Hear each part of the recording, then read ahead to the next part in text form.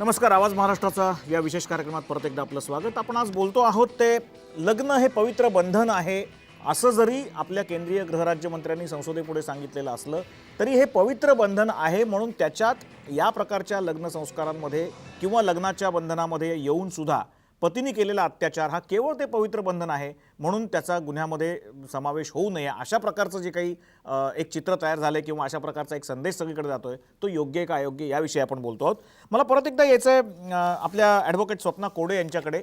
स्वप्नाजी, एक सांगा, आपण 498 विषयी सुद्धा मगाशी सुद्धा बोललो, डोमेस्टिक व्हायलन्स बद्दलच्या ज्या काही त्यातल्या तरतुदी आहेत, या तरतुदींमध्ये काही अमेंडमेंट्स जेव्हा झाल्या 2013 मध्ये, मला एक तुम्हाला स्पेसिफिक असं विचारायचं आहे की याच्या 2013च्या आधीचे जे काही निर्णय होते ते कुठल्या इंटरप्रिटेशननी दिले गेले, त्याच्यामध्ये अशा प्रकारचं काही वैविध्य होतं का किंवा त्याचा जास्तीत जास्त फायदा हा पुरुषांना झाला का?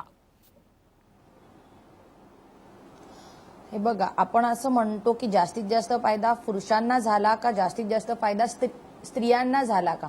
आपण हे बघायला पाहिजे अन्याय कोणावर झालेला आहे आणि न्याय कोणाला मिळालेला आहे. ह्याच्यातनं 2013 जोपर्यंत मी मगाशी जसं म्हटलं निर्भयावर जी केस झाली त्याच्यानंतर आपल्या इथे बलात्काराचे कायदे कठोर झाले. तर 2013च्या अगोदर अनेक वेळेला आम्ही पाहिलेलं आहे, लहानातल्या लहान मुलीवर बऱ्याच वेळेला बलात्काराचा गुन्हा होतो. नंतर काही कारणास्तव ती मुलगी कोर्टात पुढे येऊ शकत नाही, घाबरून जाते किंवा समाजाचं जे दडपण असतं, अरे बाबा पुढे काय होणार, किंवा आपण एक उदाहरण घेऊ, 18 वर्षाच्या एखाद्या मुलीवर बलात्कार झाला, तिने पहिले हिंमत करून गुन्हा नोंदवला, नंतर त्यामागून समाजाचं इतकं दडपण आहे की माझ्या मागे अजून 2-3 महिने पर अजूनही आपला समाजाचे की बलात्कार झालेल्या मुलीबरोबर कोण लग्न करेल का किंवा तिच्या लहान बहिणीबरोबर कोण लग्न करेल का, अजूनही समाज याच चौकटी भोवती आहे. पुरुषांना आजपर्यंत बहुतांश फायदा मिळालेला आहे असं आपल्याला म्हणता येईल, कारण छोट्या जे हे आहेत त्याच्यामध्ये एखादं जरी आपण म्हटलं लूप होल मिळालं, that is a gateway for him to get away with that case. बरोबर आहे. मला भारती शर्मांना विचारायचं आहे, आत्ता ज्या गोष्टीचा उल्लेख झाला, एक प्रकारचं सामाजिक दडपण पालकांवर असतं, त्या मुलींवर असतं लग्न झालेल्या. बऱ्याच वेळेला असंही बघितलं जातं की लग्न संबंधांमधून किंवा वैवाहिक संबंधांमधून सुद्धा झालेल्या अत्याचाराची माहिती जर मुलगी आपल्या पालकांना सांगायला लागली तर तिलाही दडपून गप्प बसवलं जातं की हे असंच असतं, संसार असाच करायचा असतो, या संसारातनं आणखीन काही वर्ष गेली की तू शिकत जाशील, पण थोडं समजुतीने घे आणि परत तू सासरी जा, असं म्हणून तिची बोळवण सासरी केली जाते. या सगळ्या गोष्टी बदलण्याकरता फक्त कायद्यांचीच गरज आहे का, काय तुम्हाला वाटतं? मला याच्यात 2 गोष्टी वाटतात की हा जो एक प्रकार होता की मुलींनी दिल्या घरीच नीट राहायला पाहिजे, गेल्या 30 वर्षामध्ये जे महिला संघटनेचं आणि एकूण प्रबोधनाचं काम झालंय त्याच्यामध्ये हा बदल घडताना दिसतोय. म्हणजे मुली मोकळेपणाने येऊन हे सांगतात किंवा असं जन्मभर रखडत जगण्यापेक्षा आम्ही सन्मानाने वेगळे होऊ, आणि हे फक्त शहरातच आणि शिक्षित लोकांमध्येच दिसतं असं नाही आहे, हे अगदी खेड्यात ग्रामीण भागामध्ये सगळीकडे हे प्रमाण दिसायला लागलेलं आहे.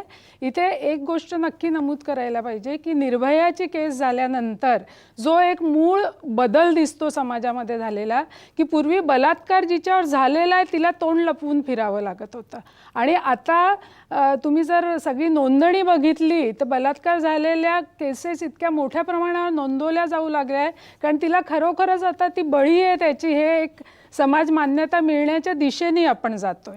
मात्र इथे एक अजून मला इथे सांगायला पाहिजे की अगदी आपण आपल्या स्त्रियांच्या विषयी कायदे गेले 150 वर्षाचा जर इतिहास बघितला तर फक्त कायदे करून गोष्टी होत नाही, कायदा करावाच लागतो, पण फार मोठ्या प्रमाणावर समाजामध्ये प्रबोधनासाठी झगडा उभा करावा लागतो, जो अगदी महात्मा ज्योतिबा फुलेंपासून केला गेला होता.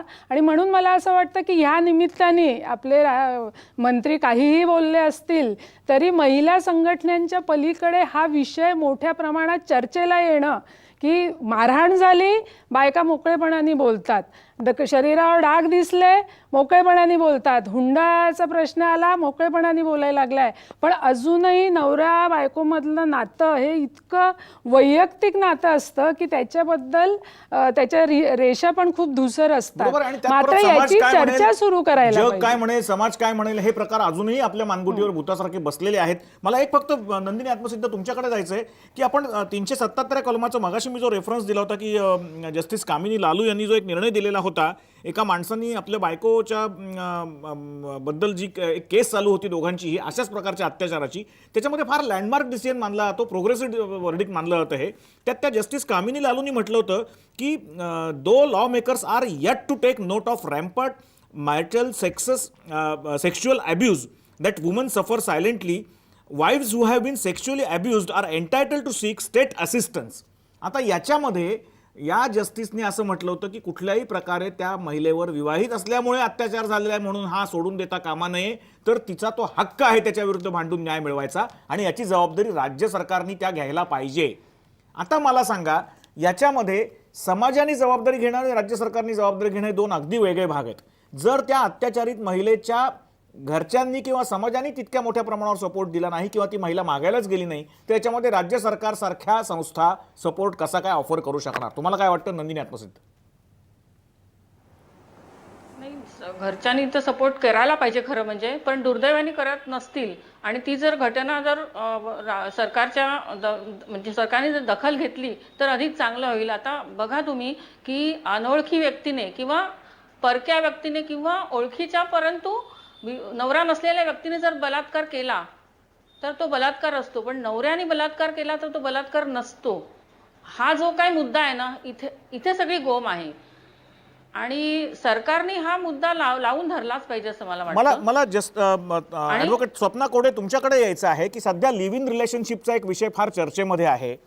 लिव्ह इन रिलेशनशिप ही इतकी फ्लुइड आणि इतकं त्याचा लावावा तसा वेगळा अर्थ कायद्यामध्ये लागू शकतो, पण आत्ता जे काही नवीन वेगळे इंटरप्रिटेशन्स वेगवेगळ्या जजेसनी वेगवेगळ्या केसेसमध्ये केलेत ते त्या संदर्भाला अनुसरून वर्डिक्ट्स दिले गेले ते पूर्णपणे मान्य आहे.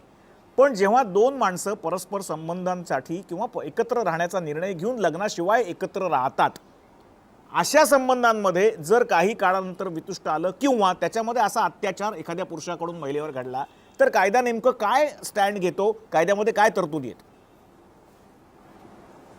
सध्याचा जर आपण स्टँड बघितला तर लिव्ह इन रिलेशनशिपमध्ये जे दोन लोक राहतात, या महिलेमध्ये आणि पुरुषामध्ये जर जराही भांडण झालं, ती आज महिला उठते आणि ती जाऊन सरळ पोलीस स्टेशनला तक्रार देते की गेली 2 वर्ष आम्ही एकत्र फॉर इन्स्टन्स 2 वर्ष आम्ही एकत्र राहत होतो, साधारण 16 महिने आमचं एकत्र पटलं, यानंतर हा सतत माझ्यावर लैंगिक अत्याचार करत होता म्हणून याच्याबद्दल रेपचा गुन्हा घ्यावा. तर आता रेप हा कॉन्सेप्ट हा इतका आपण हे केलेला आहे की त्याची एक्झॅक्ट डिग्रीचं डेफिनेशन देण्याची गरज झालेली आहे आणि कुठल्या कुठल्या अर्थाने बलात्कार म्हणता येईल हे सांगण्याची गरज झालेली आहे. बरोबर आहे, पण अशा वेळेला जेव्हा या सगळ्या लाईन्स फार धुसर असतात, लिव्ह इन रिलेशनशिपमध्ये तुम्ही दोघंही पुरुष आणि स्त्री जेव्हा एकत्र मान्य करून एकत्र राहतात, त्याच्यानंतर आपण म्हणलात तसं सडनली एका कुठल्या तरी टर्निंग पॉईंटला दोघंही वेगळे व्हायचा विचार करतात किंवा एकमेकावर रागावतात, एकमेकांबद्दल मतभेद होतात आणि मग असा अर्थ लावला जातो, तेव्हा आपल्याकडच्या बलात्काराच्या व्याख्येमध्ये अजून सुधारणा होण्याची आवश्यकता आहे असं आपल्याला वाटतं का? हो, मला 100% वाटतं आपल्याकडे बलात्कार या व्याख्येची सुधारणा होण्याची अत्यंत गरज आहे.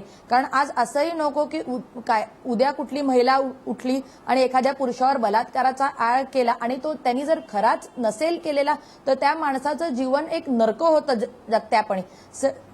ठराविक वेळेला असंही आपण पाहतो की महिला उठतात, जाऊन रेपची केस देतात, नंतर आपण बघतो की त्यात काही तथ्य नसतो, त्या पुरुषाला न्यायालय सोडून देतो. अशा कायद्याची गरज आहे जी महिलांना प्रोटेक्ट तर करेलच पण पुरुषांनाही प्रोटेक्ट करायला पाहिजे. बरोबर त्याच्यात आहे, चांगला मुद्दा काढलात तुम्ही. मला तुमच्याकडे याचे अंजुषा चौगुले, मला एक सांगा, आपण फक्त या सगळ्या चौकटीमध्ये मॅरेज किंवा विवाहामध्ये महिलेवर पुरुषाकडनं होणाऱ्या किंवा नवऱ्याकडनं होणाऱ्या अत्याचाराविषयी बोलतोय. बऱ्याच केसेस अशा सुद्धा असतात की जिथे विवाहामध्ये नवऱ्यावर सुद्धा अत्याचार होत असतो. लग्न म्हणून ज्या काही गोष्टी अपेक्षित असतात त्या जर होत नसतील, संसार होत नसेल, मतभेद असतील, वाटेल ते असेल, पण पुरुषाला जर घटस्फोटही मिळत नसेल किंवा तो घेऊन दिला जात नसेल किंवा मानसिक छळ होत असेल, शारीरिक छळ होत असेल, महिलेकडून सुद्धा पुरुषावर असा अत्याचार होण्याची शक्यता असते आणि होते की नाही? काय वाटतं आपल्याला? नक्कीच होते आणि त्यात काही वाद नाही आहे. इनफॅक्ट मी तर असं सांगायचं, आपण जेंडर इक्वालिटीबद्दल आज बोलतो आहोत आणि त्याच्यामुळे जसं आपण जर बायकांसाठी लॉ असेल आणि लॉ असेल तर तसा पुरुषांसाठीही आहे. पण मला इथे तुम्हाला इतकं सांगायचं आहे की पुरुष हा इगोसाठी स्वतःवर जर झालेला काही गोष्टी असतील तर तो इगो असतो आणि म्हणून तो बाहेरपर्यंत पोचवत नाही. पण मला इथे पुरुषांना सांगायचं आहे की जर का तुमच्यावर काही सर्कमस्टन्सेस होत असतील किंवा बाई तुम्हाला छळत असेल किंवा तुम्ही सुद्धा मानसिक त्रासातून जात असाल तर नक्कीच you should come ahead and you should तुम्ही कंप्लेंट्स करा, तुम्ही काउन्सिलिंगकडे जा आणि जेव्हा तुम्ही येणार बाहेर तेव्हाच तुम्हाला त्याच्यात न्याय मिळेल.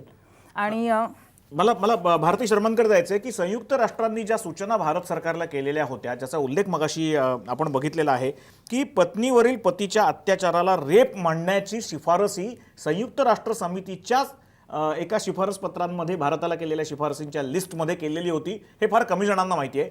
तशा प्रकारचे बदल करायला आपल्याला इतका वेळ का लागला? याच्यामध्ये काही जुनाट परंपरा किंवा राजकीय दबाव अशा गोष्टी असण्याची शक्यता असं वाटतं तुम्हाला? हां, मी त्याच्याकडे येते. त्याच्या आधी फक्त मला 2 गोष्टी इथे सांगायच्या आहे की कोणताही कायदा केला तर त्याचा गैरवापर होतो. त्यामुळे फक्त महिलांसाठी केलेल्याच कायद्यांचा गैरवापर होतो, यातनं आपण मुक्त व्हायला पाहिजे. प्रत्येक कायद्याचा गैरवापर होतो. दुसरी गोष्ट इथे आणखीन अशी नमूद केली पाहिजे, जी तुम्ही म्हणालात की पुरुषांवर अन्याय होतो, तर मला इथे आवर्जून सांगावं असं वाटतं की महिला संघटनांची चालणारी जी कौटुंबिक सल्ला केंद्र आहे, ज्यांच्यामध्ये 25 वर्षापूर्वी महिलांच्या तक्रारी यायच्या, तिथे जवळजवळ 25 ते 28% तक्रारी आता पुरुषांकडनं येतात आणि ते फॅमिली काउन्सिलिंग सेंटर असतं, ते महिला काउन्सिलिंग सेंटर नसतं, याची मी नोंद घेते. दुसरं जे तुम्ही म्हणालात की संयुक्त राष्ट्र हे सर्वसाधारणपणे जगामध्ये ज्या गोष्टी चालतात आणि पुढे नेणाऱ्या आहे मानवी समूहाला, त्याच्या एक प्रकारे त्याच्या शिफारशी करत असतं. त्याच्यासाठी प्रत्येक देशामध्ये इथे जसं महिला संघटना तो मुद्दा लावून धरतायत, तसं त्याचं मोठ्या प्रमाणावर त्याच्यावर चर्चा घडवून आणणं, वादविवाद होणं, मुख्य म्हणजे अशा प्रकारचा काहीतरी प्रश्न आहे त्याच्याबद्दलच्या मोकळेपणाने ते पुढे येणं गोष्टी, हा एक पहिला टप्पा असतो आणि त्या टप्प्यावर आत्ता आपण आहोत आणि त्याच्यानंतर आपण कायद्याच्या दृष्टीने जाणार आहोत. अर्थात याच्यात पवित्र बंधन वगैरे एकदा म्हटलं की चर्चा, त्याची मान्यता, असा काही अत्याचार होतो, या सगळ्यावरच आपण पाणी फिरवतो. हे अडथळे आपण दूर सारायला पाहिजे. पण रिकमेंडेशन आल्यानंतर समाज मन तयार करण्याच्या दृष्टीने जर आपण गेलो, जसं मला असं वाटतं विशाखा कमिटीकडे जर आपण बघितलं की गेल्या 5-10 वर्षामध्ये त्याच्यावर खूप चर्चा झाल्या, खूप मुद्दे समोर आले. अगदी एखाद्याने माझ्याकडे कसं बघितलं, त्यांनी दृष्टिक्षेप कसा टाकला, त्यांनी कॉमेंट कशी केली, याच्या इतक्या बारकाईने व्याख्या केल्या गेल्या आणि आता तो आपण मान्यच्या जवळपास नेलेला आहे. तसा हा मुद्दा अजूनही सर्वसामान्यांच्या मध्ये चर्चेमध्ये आणण्यात कुठेतरी आम्ही महिला संघटना, मला असं वाटतं, कमी पडतोय. त्या जास्त वेगाने वाढवायला पाहिजे की मोकळेपणाने हे मुद्दे पुढे आणायला पाहिजे. आणि मला असं वाटतं फक्त महिलांच्याच नाही, पुरुषांशीही, मुलग्यांशीही ह्या विषयावरचं प्रबोधनाचं खूप मोठं काम करावं लागेल. मुलांच्या लग्नाच्या बद्दलच्या इतक्या चमत्कारिक कल्पना असतात आणि इतक्या विकृत कल्पना त्यांच्या डोक्यामध्ये असतात. जसं मुलीला हे सांगितलं जातं की बाई तू नवरा सांगेल ते ऐक, तसं मुलाच्या पुरुषत्वाच्या ज्या काय कल्पना असतात की तिने जणू काय अमुक अमुक ह्या 2-3 गोष्टी घडल्या नाही तर तुझ्यामध्ये पुरुष म्हणून काहीतरी कमतरता आहे, हाही त्या अत्याचाराला कडे ढकलणारा एक मोठा फॅक्टर आहे. आणि म्हणून आम्हाला असं वाटतं की त्यांच्यामध्येही हा विषय नेऊन मोकळेपणाने बोलायला सुरुवात केली पाहिजे. मग आपण कायदा करण्याच्या दिशेने वेगाने पावलं टाकू शकू असं मला वाटतं. नंदिनी